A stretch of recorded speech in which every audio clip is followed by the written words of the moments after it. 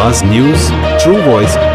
आदाब नाज़रीन, आवाज़ न्यूज़ चैनल पर आपको खुशामदीद। हल्दी के किसानों के लिए बड़ी खुशखबरी। 30 साल की जद्दोजहद के बाद आखिरकार मरकजी हुकूमत ने हल्दी बोर्ड कायम किया है। बोर्ड चेयरमैन पल्ले गंगा रेड्डी ने कहा कि एमपी धर्मपुरी अरविंद ने जो वादा किया था उसे पूरा करके किसानों के लिए फायदेमंद कदम उठाया। इस बोर्ड के क़याम से किसानों को माशी तौर पर फायदा पहुँचेगा।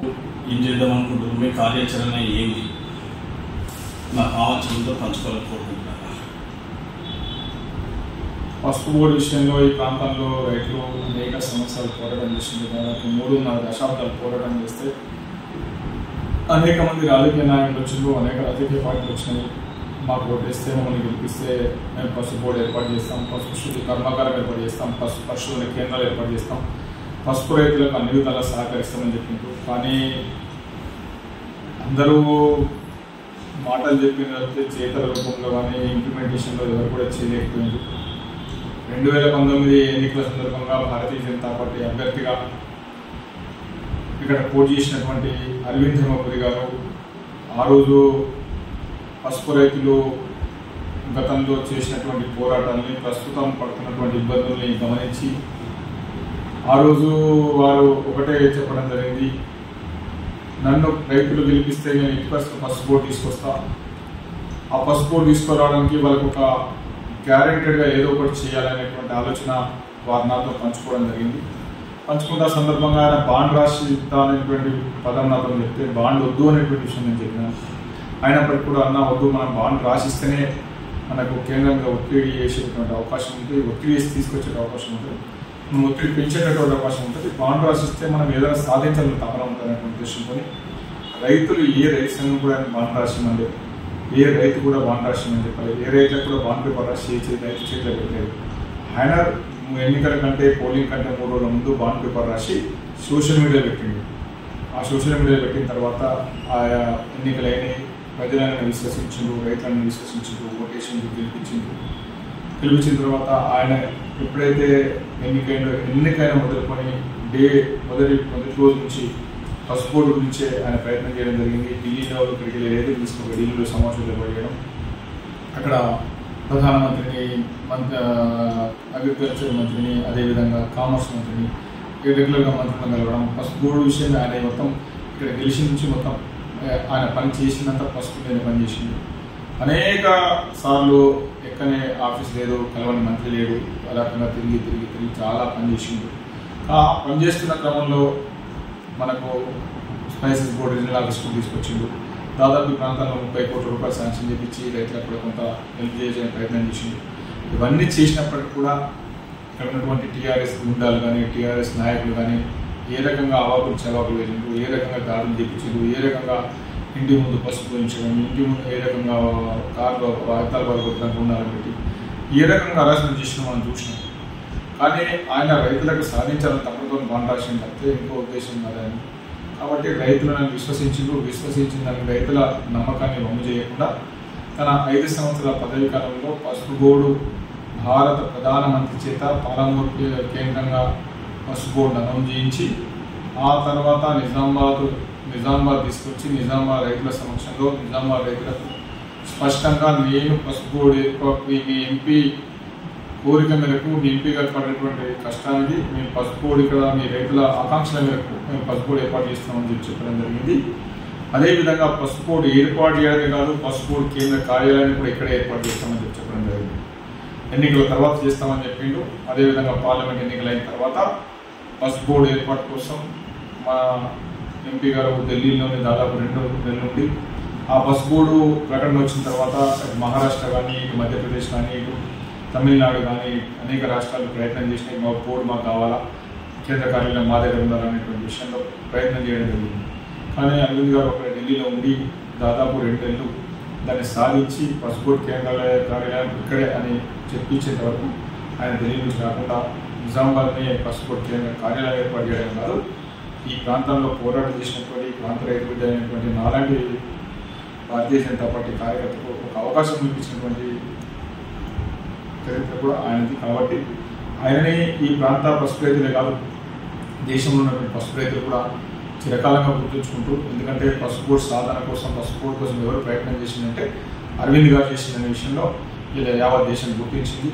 అదేవిధంగా ఆయన ఈ పసుపు బోర్డు అనౌన్స్ చేసిన తర్వాత నేను చైర్మన్ అయిన తర్వాత కూడా వాళ్ళు స్పష్టంగా చెప్పింది, పసుపు బోర్డు ఏర్పడుతున్న నా పని అయిపోలేదు, పసుపు బోర్డు ఏర్పడుతున్న ఇంకా నా పని మొదలైంది. భవిష్యత్తులో రైతుల కోసం నేను ఇంకా ఏదైనా చేస్తాను. పసుపు బోర్డు అభివృద్ధి కోసం, పసుపు బోర్డుని స్ట్రెంథెన్ చేయడం కోసం, రైతుల ఆకాంక్షల కోసం నేను ఇంకా పని చేస్తూనే ఉంటాను. అదేవిధంగా పసుపు బోర్డు ఏర్పడిన తర్వాత పసుపు బోర్డు కార్యాలయం ఇది ఇది అని అవాకుచిమలు వెనుకడానికి ఇలా పసుపు బోర్డు కేంద్ర కార్యాలయాన్ని భారత హోంమంత్రి అమిత్ షా గారితో ప్రారంభింపజేయడం. అదేవిధంగా ఇక్కడ పనులు మొదలైన ఉద్యోగులు వచ్చారు. ఇప్పుడు గత 6 నెలలుగా పసుపు బోర్డు అనేక చోట్ల బయర్స్ మీట్స్ పెట్టడం జరిగింది, ఎగ్జిబిషన్స్ ఏర్పాటు చేయడం జరిగింది, సీడ్స్ రీసెర్చ్ మీద దృష్టి పెట్టడం జరిగింది. ఇంకా అనేక విషయాల మీద స్టార్ట్ అవుతుంది. ఏదైనా ఒక కొత్త సంస్థ ఏర్పడినప్పుడు కొంత సమయం పడుతుంది. ఆ సమయానికి ఎస్టాబ్లిష్మెంట్ ఉన్నటువంటి సంస్థ లేదు, కొత్తగా ఏర్పడినటువంటి సంస్థ లేదు. ఉమ్మడి ఆంధ్రప్రదేశ్ నుంచి తెలంగాణ వెలువడిన తర్వాత తెలంగాణకు రాజధాని ఉంది, ఆంధ్రప్రదేశ్ రాజధాని లేదు. వాళ్ళ రాజధాని నిర్మించుకోవడానికి ఇప్పుడు 10 సంవత్సరాలు అయినప్పటికీ కూడా ఇంకా పూర్తి స్థాయిలో నిర్మాణం జరగలేదు. ఇప్పుడిప్పుడే పనులు జరుగుతూ ఉన్నాయి.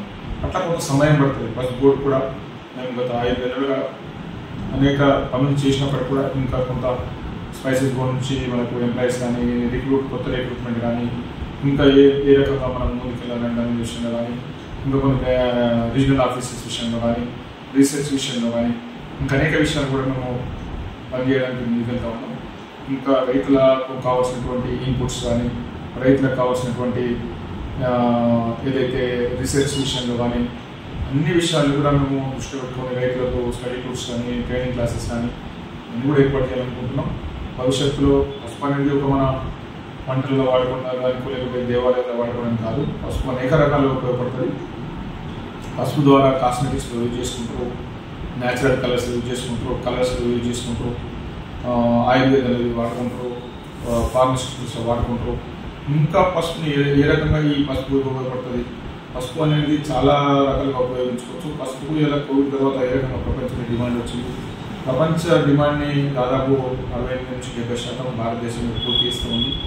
ఇప్పుడు భారతదేశం నుంచి దాదాపు 1876 కోట్ల ఎక్స్పోర్ట్ ఉంది. దీన్ని దాదాపు 5,000 కోట్లకు తీసుకెళ్లాలనేటువంటి లక్ష్యాన్ని పెట్టుకుని ముందుకెళ్ళడం జరుగుతుంది.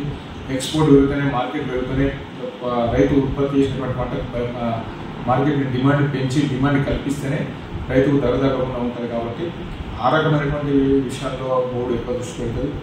ఇంకా నేను ఇంతకుముందు చెప్పినటువంటి విషయాలు ఇన్పుట్స్ కానీ, అదేవిధంగా రీసెర్చ్ విషయంలో వాళ్ళకి కావాల్సినటువంటి సీడ్స్ విషయం కానీ, ఎక్విప్మెంట్ పర్సెంటేజ్ విషయంలో కానీ ఇంకా అనేక విషయాలు కూడా మేము దృష్టి పెట్టి బోర్డు మంచి స్ట్రెంథెన్ చేసి రైతులకు కూడా లాభదాయకమైనటువంటి ధర వచ్చే విధంగా, అదేవిధంగా బోర్డు ద్వారా రైతులు లబ్ధి పొందే విధంగా, దేశానికి కూడా మంచి జరిగే విధంగా, ఎక్స్పోర్ట్ ద్వారా విదేశీ మార్గాల ద్వారా దేశం ఆర్జించే విధంగా మా బోర్డు పనిచేస్తుంది. అన్న, ఇది ఒక విమర్శ ఉందన్న. ఇప్పుడు లోకల్ బాడీ ఎలక్షన్స్ వస్తున్నాయి.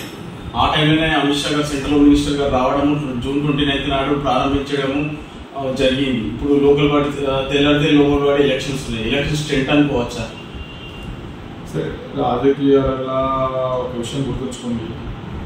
ప్రజలు ఎప్పుడు కూడా అభివృద్ధిని కోరుకుంటారు, ప్రజలు ఎప్పుడు కూడా మంచిని కోరుకుంటారు. మంచి మనసుతోనే మేము ఇక్కడ బోర్డు కేంద్ర కార్యాలయం ప్రారంభించుకున్నాం. ప్రజల కోసం పనిచేయాలనుకుంటున్నాం. ఎన్నికలు ఎప్పుడు వస్తూ ఉంటాయి, పోతూ ఉంటాయి.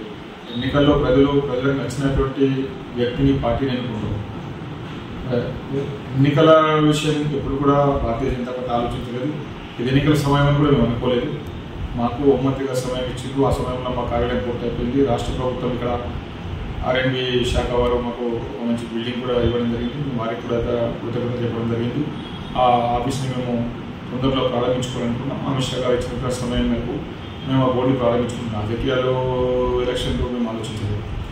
అదే మరుసటి రోజు ప్రతిపక్ష నాయకురాలు పర్యటించడం, దీనికి ప్రతిపక్ష నాయకురాలు రావడము, విమర్శించడము, పసుపు బోర్డు వల్ల చేసింది ఆమె విమర్శించడము, సేమ్ టైంలో సెంట్రల్ హోమ్ మినిస్టర్ రావడము, ప్రతిపక్ష నాయకురాలు రావడం ఒకటే రోజు అటు ఇటు తేడా వాళ్ళు విమర్శించడం. వీళ్ళ విమర్శలపైన మీరు ఏం మాట్లాడతారు? ఎవరు ప్రతిపక్ష నాయకురాలు? జూన్ 30 నాడు కవిత గారు వచ్చారు కదా. ఆమె ఎక్కడ ప్రతిపక్ష నాయకురాలు? ఆమె ప్రతిపక్ష హోదా ఎక్కడ ఉంది? ఏ హోదా ఉందని ఏ హోదాతో విమర్శిస్తుంది? 5 సంవత్సరాలు నిజామాబాద్ పార్లమెంట్ ప్రజలు అవకాశం ఇస్తే పసుపు బోర్డు ఏర్పాటు చేయించకుండా తండ్రి ముఖ్యమంత్రి, కూతురు ఎంపీగా ఉండి ఏం చేసింది? ఏం చేయకుండా రాజకీయ విమర్శలు చేస్తే ప్రజలు రక్షిస్తారనుకున్నాం. అవన్నీ ఈ జిల్లా ప్రజలు మర్చిపోయింది.